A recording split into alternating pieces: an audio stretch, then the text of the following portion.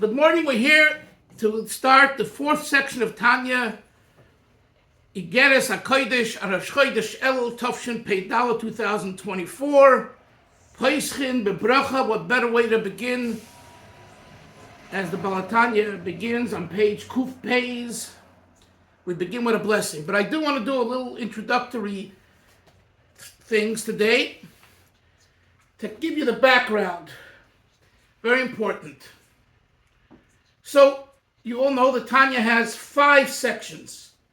L'kuti Amarim is 1, Shari Yichud Ve'emunah is 2, Igeres HaTshuva is 3, Igeres HaKodesh is 4, and Kuntras Achron is 5.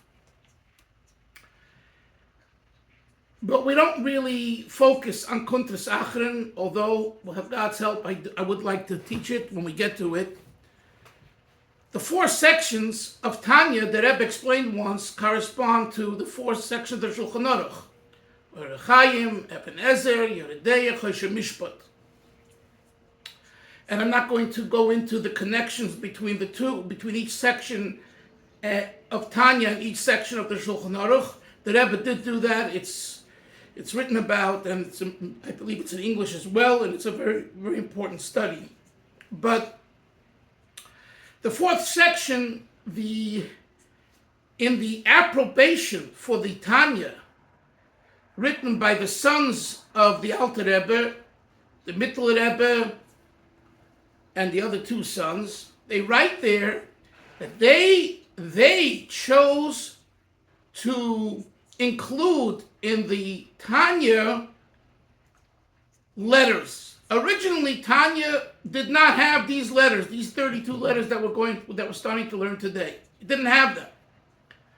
But they saw it fit for the benefit of Yidden, of Jews throughout the world, especially for the Yidden of Russia and Ukraine, that was their region, to benefit themselves and, more importantly, Jews in Eretz Yisrael. So I want to highlight that Igeres HaKodesh, more than the first 3 sections, is really oriented towards Eretz Yisrael, because most of the letters are about giving tzedakah, and tzedakah particularly to Eretz Yisrael. Everyone knows about the Koilel and Meir Balanes, which started way back, and many groups from Russia and Ukraine had branches of their Hasidus in Eretz Yisrael, and they wanted and needed to fund them. So the Koilel Meir Balanes was made for that purpose. I want to make it clear, it wasn't just for Hasidim. The Litvaks, the Talmudi Agra, also had Koilel Meir Balanes that it's still going on today, for example, in Nachlaot in Yerushalayim, where you have Hasidim and Litvaks. And if you go walk around the neighborhood, which is fascinating, if you haven't done so, please do so at least once in your lifetime, you could still see on the old Shlatim signs, Koilel Meir Balanes, both there and in Meir Sharon. There's only a few left. Going back like 50, 100 years, where the Litvische Yidden and the Hasidische Yidden founded a Koilel Meir Balanes in Eretz Yisrael, and particularly Yerushalayim. So the Alter Rebbe, he did the same thing, and he needed to arouse and awaken constantly the Jews of Russia to give tzedakah to Eretz Yisrael.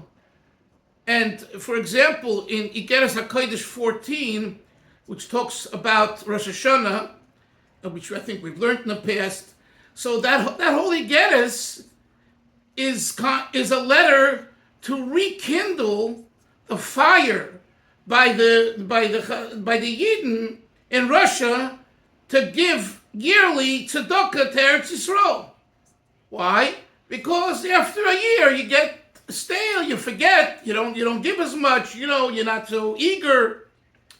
So this section of Igeres HaKodesh is very much connected to Eretz Yisrael. So being that you're all in Eretz Yisrael, I think you should know that. Number two,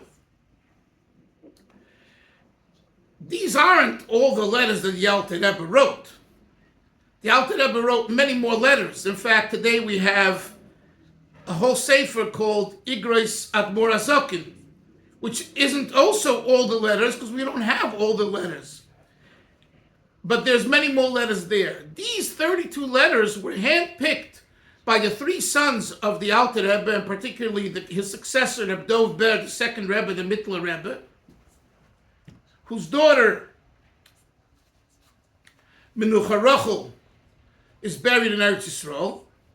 And Baruch Hashem, I had a granddaughter on Sunday called Menucha, on Monday called Menucha Rachel. So very appropriate. Thank you. So very appropriate to what we're talking about. So he and his brothers chose these letters. That's another thing you need to know.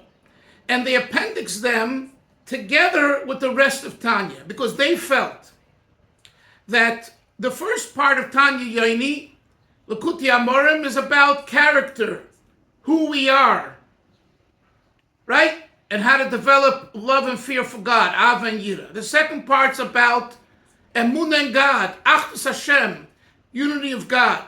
The third part's about Tshuva. That's all great, but there's something missing. You know what's missing is? Take the wallet out and give money to another Jew. You can philosophize, you can bang al chait, you can refine your Av and Yira, but if you don't take the checkbook out or the shekel and give it to someone else, it's all, ethereal. It's just a pie in the sky. So the sons of the Alter Rebbe understood very well after the Alter Rebbe's passing that we better do something to help and encourage people to give tzedakah. Now, I want to say that not all the letters are about tzedakah. Some are about tefillah. In fact, the first one at the end, his primary focus is about davening and davening slow and pouring your heart out in davening. There are letters about Torah. The famous letter 20 is about God ex nihilo yesh mi'ayin, which is like unique within the entire Tanya. He never spoke about those issues in that way. And when we find it in letter 20, you would think it would be in the first section, or at least in the second section. No, it's in that letter. And Chabad Hasidim, who studied thoroughly Hasidus, called Maskilim, intellectuals of Chabad Hasidus, focused heavily on letter 20 in Igeres HaKodesh. But by and large, it's about tzedakah, tefillah, and Torah. And one more part for the introduction, which I want to read from the lessons in Tanya, so that we'll follow the first letter. So he writes here like this. This is on page 2 if you have lessons in Tanya. To return to the central theme of this opening letter, the Alter Rebbe explains, here, that the study of the laws set out in the oral Torah elevates, page 1. Page 1 of the lessons in Tanya of Igeres HaKodesh, which is in my volume 4. The first letter opens with a reference to the Hasidic custom, a custom that thrives to this day, the apportioning of tractates of the Talmud for study among the members of each congregation or community, so that the entire work is completed in the course of a year. It's called Chalukas Hashas. The conclusion of the year's study and the reallocation of tractates are traditionally celebrated on Yutas Kislev, the anniversary of the Alter Rebbe's liberation from imprisonment and capital sentence in Leningrad in 1798. The Rebbe has noted on a number of occasions that the collective completion of the Talmud by a number of individuals is considered as if each one of the group had completed the entire Talmud himself. He explains that this is similar to the law with regard to performing a prohibited labor on Shabbos. If doing the labor requires the efforts of two individuals, each of them is considered to have performed the entire labor. So, too, since the various individuals partake in the collective study of the Talmud, for they cannot complete it single-handed in the course of a year, it is considered as if each one of them had studied the entire Talmud. Okay. Continuing. To return to the central theme of the opening letter, the Alter Rebbe explains here that the study of the laws set out in the oral Torah, in the Talmud, for example, elevates a Jew's soul and assists him in his spiritual service of meditating upon God's greatness and arousing within himself a love and awe of Him. On the circumstances of its composition, the previous Lubavitcher Rebbe Yosef Yitzchak Shterson, blessed memory, has conveyed to us the following. During the Simchas Beis HaShe'eva gathering in the year 5648, 1887, my revered father, the Rebbe Rashab, related that the letter opening with the words, which is this one, number 1, we begin with a benediction, was written by the Alter Rebbe in 3 stages, in 3 different years. The first stage, when the Alter Rebbe decided to make the journey to study at the feet of the Maggid of Mezrich, he presented his disciples with a note of arousal. You hear that? It opened with, quote, we begin with a benediction, end quote, and concluded, quote, and these faculties are the arms and the souls of the soul. And I'll point that out to you when we get to that section soon in the text. The second stage was when the Alter Rebbe returned from Mezrich, having had revealed to him by the Maggid, at the behest of his mentor, the Baal Shem Tov, and with the blessings of his mentor, Achi Ashileni, his spiritual identity, the purpose of his body's, of his holy soul's descent into the world, and the great responsibility and danger that his mission entailed. You hear that? And the great responsibility and danger that his mission entailed, i.e. the Balatanya, and we saw that when he was imprisoned and nearly lost his life. So it was very dangerous. At that time, the Alter Rebbe wrote the second part of this first letter, beginning with the words, quote, but what gives the power, end quote, and concluding to the extent of pressing out the soul, end quote. Speaking to his sons, the Mittler Rebbe, and to his grandson, the Tzemach Tzedek, the Alter Rebbe once described his inner feelings during the first few years after his mentor, the Maggid of Mezrich, had revealed to him the message of the Baal Shem Tov regarding his soul's mission. This is what the Alter Rebbe said, quote, these were the Alter Rebbe's words, the simple faith that we, the disciples of the Maggid, had in him, and our self-sacrificing devotion to him provided us with the potent strength to obey all his directives with extreme precision, with inner and essential self-sacrifice. In the course of several years, when my young married students settled in various towns and villages, I added 3 paragraphs to this letter, from, quote, and now, end quote, until, quote, there is no goodness but Torah, end quote. This I did in view of the burden placed upon me by my master, the Maggid, and in order to be able to realize with Hashem's help, God's help, the inner intent of my soul's descent into this world. So I wanted to just read that to you as we begin now inside. So let's now go, page Kuf Beis, and let's get right down to it. Poischin b'brocha. We begin with a bracha. The Alter Rebbe was just told that they finished Shas. Everyone together studied a tractate of Shas, and the entire Shas was completed. So the Alter Rebbe says, Poischin b'brocha. Levorech u'lehoides l'Hashem, to bless and to thank God. Ki tov, for He is good. When you hear such a beautiful thing, that an entire community's finished the entire Shas, you need to give thanks to Hashem that we were able to do it. That's the first line.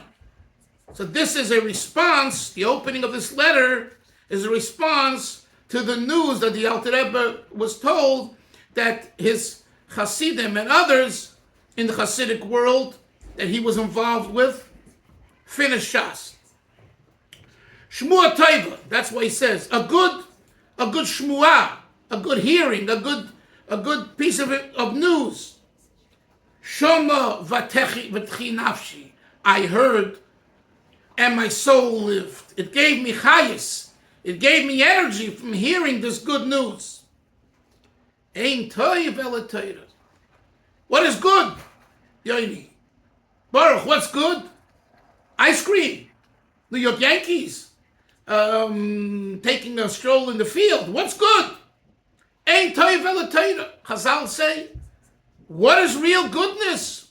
What is good? Torah. Torah is Hashem Tmima. A complete Torah. When you complete Shas, Avram, you've done Temima. You've done all of Torah because everything is a Shas. And he says clearly, Zu hashlomas kol hashas kula. This is the completion of the entire Shas. Beroi vayoris, in many cities, uminyonim, and many minions, ameanash, of Anshe Shlomenu, the Chabad fraternity, the brotherhood of Chabad, meaning Chabad shuls or shtiblach. Okay? So he got the word that the Chabadniks in Ramat Bet Shemesh finished Shas by Yutas Kislev. Once a year, they all took a tractate, and he got the word from Borough Park, and he got the word to New Mexico, and he got the word from here and there and everywhere. And he says, this brings such nachas, and I'm so happy. We have to thank God, because Tov is Torah. So a good thing was done. Says the Alter Rebbe. Is that still the custom in the Chabad world? Absolutely. On Yutas Kislev, we all take a tractate, and usually there's a sign in the shul, and it says who took which tractate. The Rebbe de Fabrengen was given a pen by Rabbi Yalis of Philadelphia, the chief rabbi of Philadelphia, and the Rebbe with Yalis's pen would write down. They had cards. Machne Yisrael, one of the organizations, Chabad, Machne Yisrael, gave the cards out at the Fabrengen, and everyone wrote down their name and their address, and they signed it, and what tractate they're taking. And they say that there were times that Rebbe would ask people in the middle of the year, where are you holding in your tractate that you took? And he knew which tractate, because he looked at the cards. Again, did he look at every card? I don't know, but the point is, it was serious business. It's a bli neder. Yeah, so this is done till today. This is a minig of over 200 years, absolutely, and it's an important minig. Okay, so he says, Hoido al ha'ovar, giving thanks for the past, ubakosha al ha'osit, and a request for the future. In other words, Baruch, you finished tractate kindness this year. Know what's going to be next year? So at the same time that you give thanks, you have to request that you continue the same good minig the upcoming year. Bakasha al ha'atid. A request for the future. Koi yitain v'choi yosev Hashem.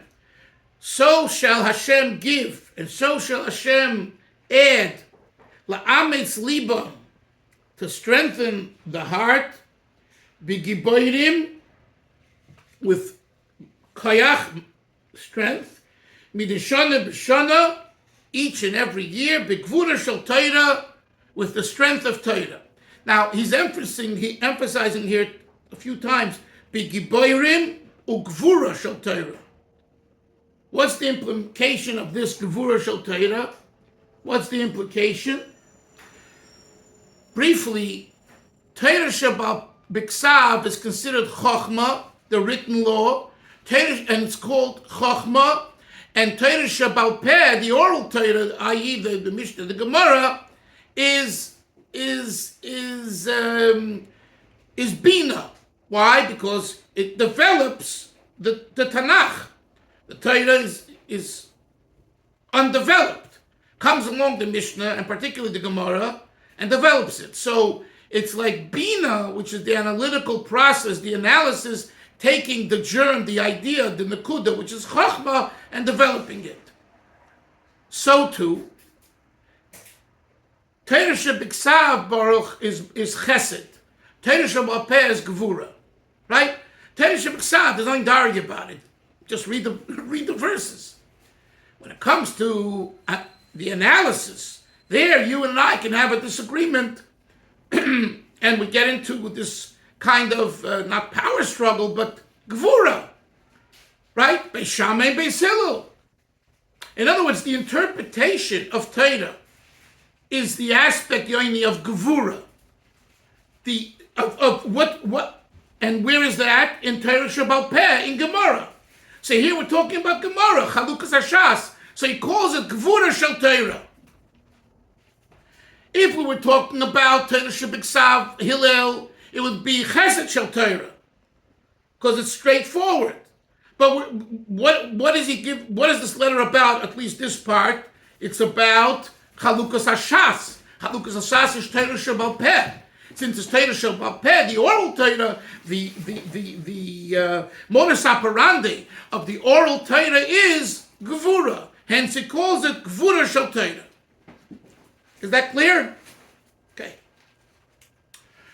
Ideal, continuing, and to notify Libnei Adam, to notify people, Gvurasa Shel Torah.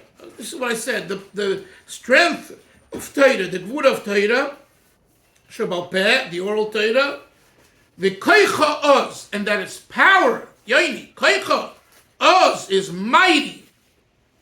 Pirush. The Alter Rebbe now, again, I told you many times, when you see him saying the word Pirush, there's something that he's coming to explain, something that's not clear. Pirush Shleima Melech Ol Hasholem, Shleima Melech, the wisest of all men, says, Chogra be'oiz masneha.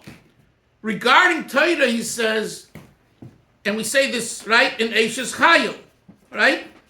Chogra be'oiz masneha. She is girdled be'oiz, with strength, masneha, the loins. Using the, the human analogy of a person, they're the loins of the person which helps the upper part of the body, the head and the body, and the lower part, the feet, be in sync. So you walk upright and you walk, and your head and body is able to get where it needs to. The loins are very important. Chagra be'oiz masneha. In order for the loins to be strong, you need to girdle the loins. You need to put on a sash. You know, soldiers, backpacking, those of you that are backpackers, you need to put, and I see construction workers, they have these big belts around the loins. Because the loins are key, and in Hebrew it's the word masnayim or masneha, referring to Torah, so it says masneha, its loins. The loins are so important for the success. But the loins themselves, how do they get strength? Chogra bi'oiz. They're girdled with something called oiz. Now the Alter Rebbe is going to now take this apart. This 3 words of Shlomo Melech, and he's going to connect it to his thought of how important it is Torah Sheba'al Peh. And I want to say, just for the record, look at this, how the Alter Rebbe, who is a Chassidus, puts so much emphasis on learning Gemara. Chabad puts so much emphasis on learning Gemara and what Gemara is all about. So I just think, for the record, it's important. Sometimes someone gives you this, oh, the Hasidim, they don't care about learning Gemara. All they learn is Chassidus, and Chabad, for sure. Well, you just tell them to open up the beginning and Igeres HaKodesh 1, and they'll see otherwise. Let's go on. Mosnayim, the loins, Him David HaMaimid, they are a support, Kol HaGuf, for the entire body, Im HaRoish, together with the head, HaNitzav Oimid Aleim, that stands on the body. Vehem HaMalichim, and the loins, they bring, they make go, for the word Yelech, Haloch, Mahalech, HaMalichim, they make go, Umeviim, and they bring Oisoi, they bring the head and the body, Limchois Cheftzoi, to their desired destination, wherever that is.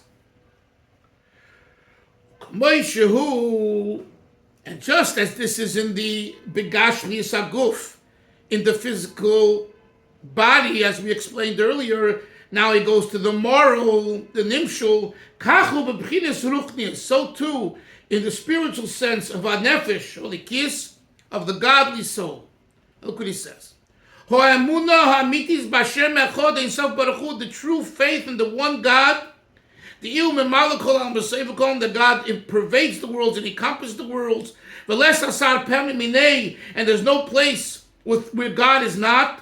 L'mayla den ketz, above Adam Fanaitim, u'lamata den tachlis, and below, without any limitation. V'chein l'darasitim, to the four sides, east, west, south, north. B'bchinas Eisof mamish, God himself, his infinity is all over.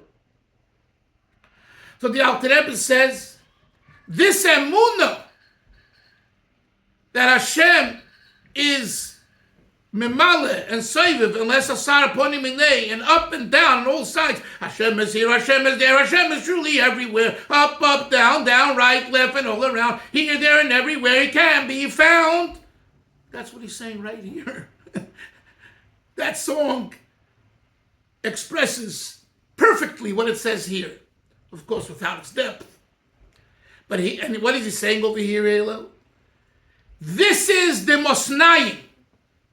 This is the moral of Mosnayim, the Nimshul, the loins, the deep faith in God. Not faith is secondary. For many people is, if I can't understand it, I rely on faith. No, faith to begin with isn't a weakness. It's the ultimate strength. Why? Because faith is Hashem as God is beyond time and reason and place and everything else. Faith is not a second best tier, I try to understand God. I try to feel God. And if I don't feel it, I don't say it, I nevertheless do, because I believe. If that's your faith, hold it, keep it. That's not a Jew's faith, the Alter Rebbe says. A Yid's faith is that Hashem is b'mala seiviv unless asar upon him minei. In other words, the transcendence of God. That's faith. And that's not second tier, that's first tier. Which we want that the mind and the heart should also relate to, as we're going to learn soon through Torah Sheba'al Peh, through the oral law. But the first thing he says is the Mosnayim, the loins that make it possible for the head and the body to get to where it needs to go and to get there properly, is when you have good loins, healthy loins, proper loins. In the nimshul, in the moral, means your faith in Hashem, in the transcendent God, is what leads you. That's the Mosnayim. That's what he says.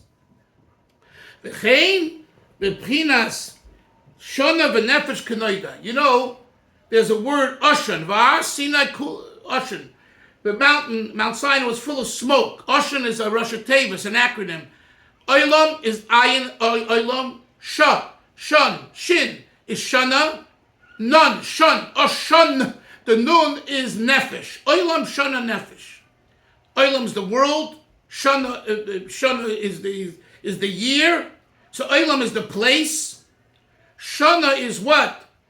Time, past, present, and future.